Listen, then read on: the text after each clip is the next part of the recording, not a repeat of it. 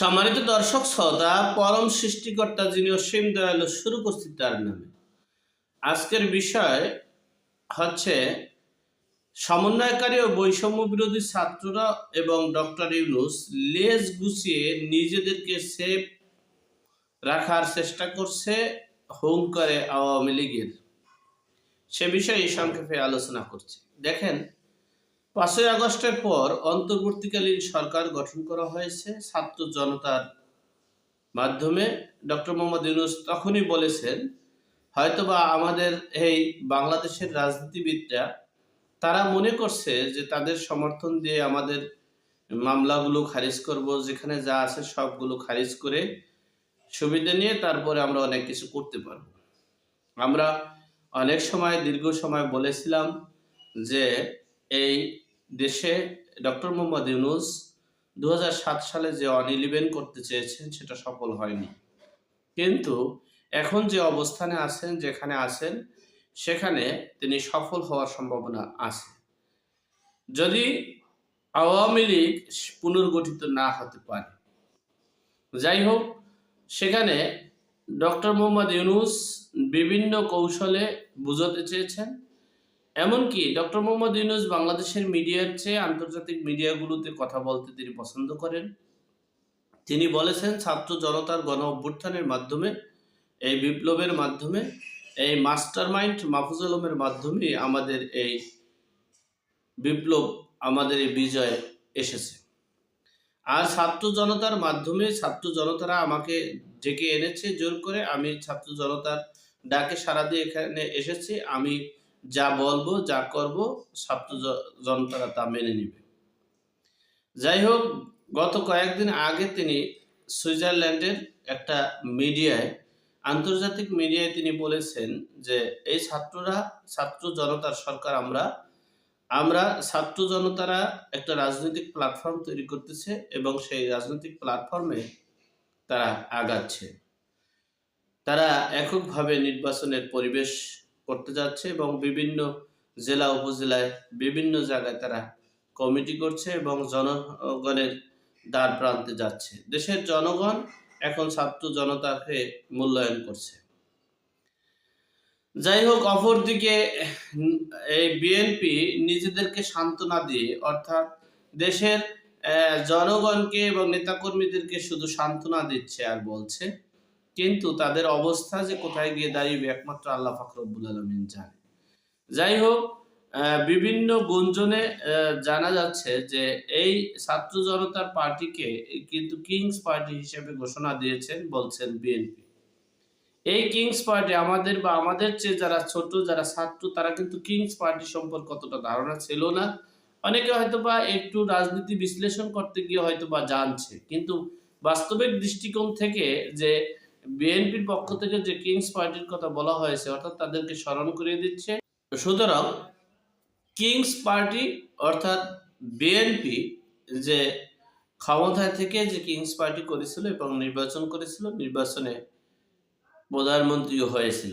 এরপরে জাতীয় পার্টিও Kings party করেছে। ঠিক সেই ইতিহাস, সেই ঐতিহ্য, সেটাকে বোঝানোর চেষ্টা করেছে। সেখানে বিএনপি এবং এই গত কয়েকদিন আগেও এই প্রেস সচিব, অর্থাৎ ডক্টর মোহাম্মদ ইউনূসের যে প্রেস সচিব, তিনি বলেছেন যে কে বলেছে আমরা রাজনৈতিক সরকার নয়, আমরা ছাত্র জনতার বিপ্লবের সরকার, আমরা ছাত্র জনতার সরকার। আমরা এই প্ল্যাটফর্মে ছাত্র জনতা যেহেতু রাজনৈতিক দল করতেছে, আমরা সেই রাজনৈতিক দলেরই সরকার। সুতরাং আমরা কে বলছে আমরা রাজনৈতিক সরকার নয়। এমন কি বলেছেন, এই রাজনৈতিক সরকার হচ্ছে নির্বাচনের সময় যখন হবে তখন নির্বাচনের পরিবেশ হবে। এই রাজনৈতিক সরকার ২৯ সাল পর্যন্ত থাকবে। ২৯ সাল শেষ হওয়ার পর এই রাজনৈতিক সরকার অন্তর্বর্তীকালীন সরকারের মাধ্যমে নয়, যদি আমরা এই মেকানিজমে এরপরে ২৯ সালের পর আমরা নির্বাচনে অংশগ্রহণ করতে পারি। এটাই আকার ইঙ্গিতে, অর্থাৎ ২৮ সালের শেষে নির্বাচনে অংশগ্রহণ করবে, এটাই আকার ইঙ্গিতে তিনি বুঝিয়েছেন। বিএনপি সবসময় মিথ্যা মরিচিকার পিছনে থাকেন এবং মানুষের আই ওয়াশ করার জন্য, ব্রেন ওয়াশ করার জন্য বিভিন্নভাবে বিভিন্ন কথা বলে। কিন্তু আমরা কিন্তু শুরুতেই বলেছিলাম যে চরম খেসারত দিতে হবে বিএনপিকে। বিএনপি এই ডক্টর মোহাম্মদ ইউনূসকে প্রধান মানে উপদেষ্টা সমর্থন করায়। যাই হোক, এরপরে হচ্ছে বিভিন্ন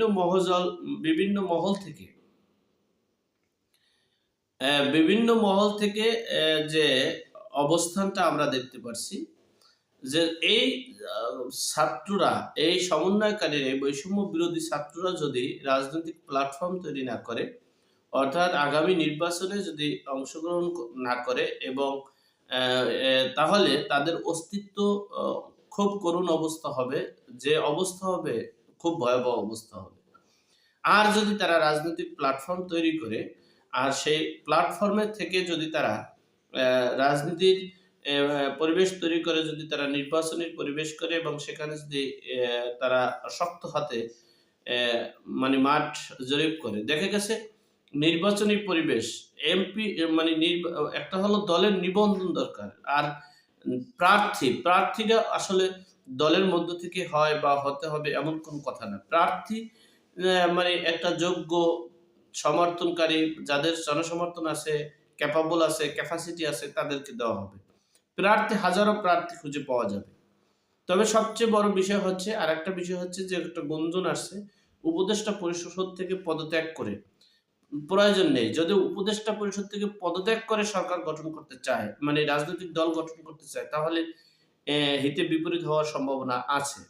যারা যেখানে আছে সেখান থেকেই একটা রাজনৈতিক প্ল্যাটফর্ম তৈরি করে তারা উপদেষ্টা, অলিখিত উপদেষ্টা হিসেবে, অলিখিত মানে অপ্রকাশিত, লিখিত কিন্তু অপ্রকাশিত উপদেষ্টা হিসেবে তাদেরকে রেখে, নীতি নির্ধারকের হিসেবে রেখে তাদেরকে এরপর রাজনৈতিক দলের করে পরিবেশ করে নির্বাচন দিয়ে, এরপরে যেহেতু মানে রাজনৈতিক দলের প্রধান তিনি প্রধানমন্ত্রী হতে পারবেন না, সেহেতু সমস্যা নাই, যে কোনো উপদেষ্টাও হতে পারবেন, অসুবিধা নেই। তাহলে পদত্যাগ করে রাজনীতির প্ল্যাটফর্ম তৈরি করলে সেখানে হিতে বিপরীত হতে পারে। যাই হোক, আরেকটা বিষয় হচ্ছে আমি বাংলাদেশের বিভিন্ন প্রান্তে আজকে এই ভিডিওতে আমি আওয়ামী লীগের ব্যাপারে কোনো কথা বলছি না। আমি বলছি ছাত্র জনতার যে গণ অভ্যুত্থান, ছাত্র জনতার যে প্ল্যাটফর্ম, ছাত্র জনতারা যদি তাদের রাজনৈতিক প্ল্যাটফর্ম তৈরি না করে, তাদের অবস্থা খুবই ভয়াবহ হবে, যেটা আল্লাহ পাক রব্বুল আলামিন ছাড়া কেউ জানে না।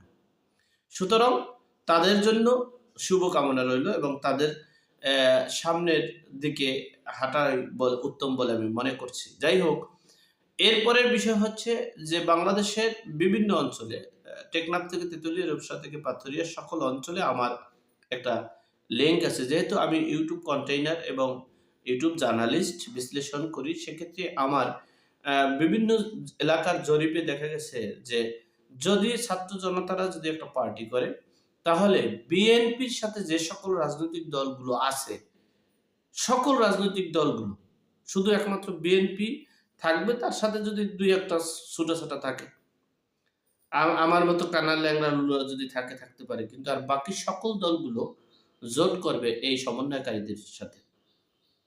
সমন্বয়কারীদের সাথে যেমন জাতীয় নাগরিক উন্নয়ন পার্টি, তাদের হয়তোবা নিবন্ধন হয়নি বা নিবন্ধন করতে পারেনি, কিন্তু তাদের বাংলাদেশের 64টা জেলা কমিটি আছে। সুতরাং তারাও কিন্তু মানে একমত পোষণ করেছে যে ছাত্র জনতারা যদি রাজনৈতিক প্ল্যাটফর্ম করে, সেখানে তারা জোট করে নির্বাচন করবে। এই যে একটা বিষয়, এবং সকল রাজনৈতিক দলগুলো ছাত্র জনতার সাথে ঐক্য করবে আর ইসলামী দলগুলো একটা বাক্স দেওয়ার চেষ্টা করবে। তাহলে দেখা গেছে এই দুইটা দলের সাথে সমন্বয় হবে, মাঝখান থেকে বিএনপি নির্বাচনী মাঠে আওয়ামী লীগ যেভাবে দাঁড়াতে পারবে না, ঠিক সেভাবে সেই পরিবেশ হবে বিএনপি।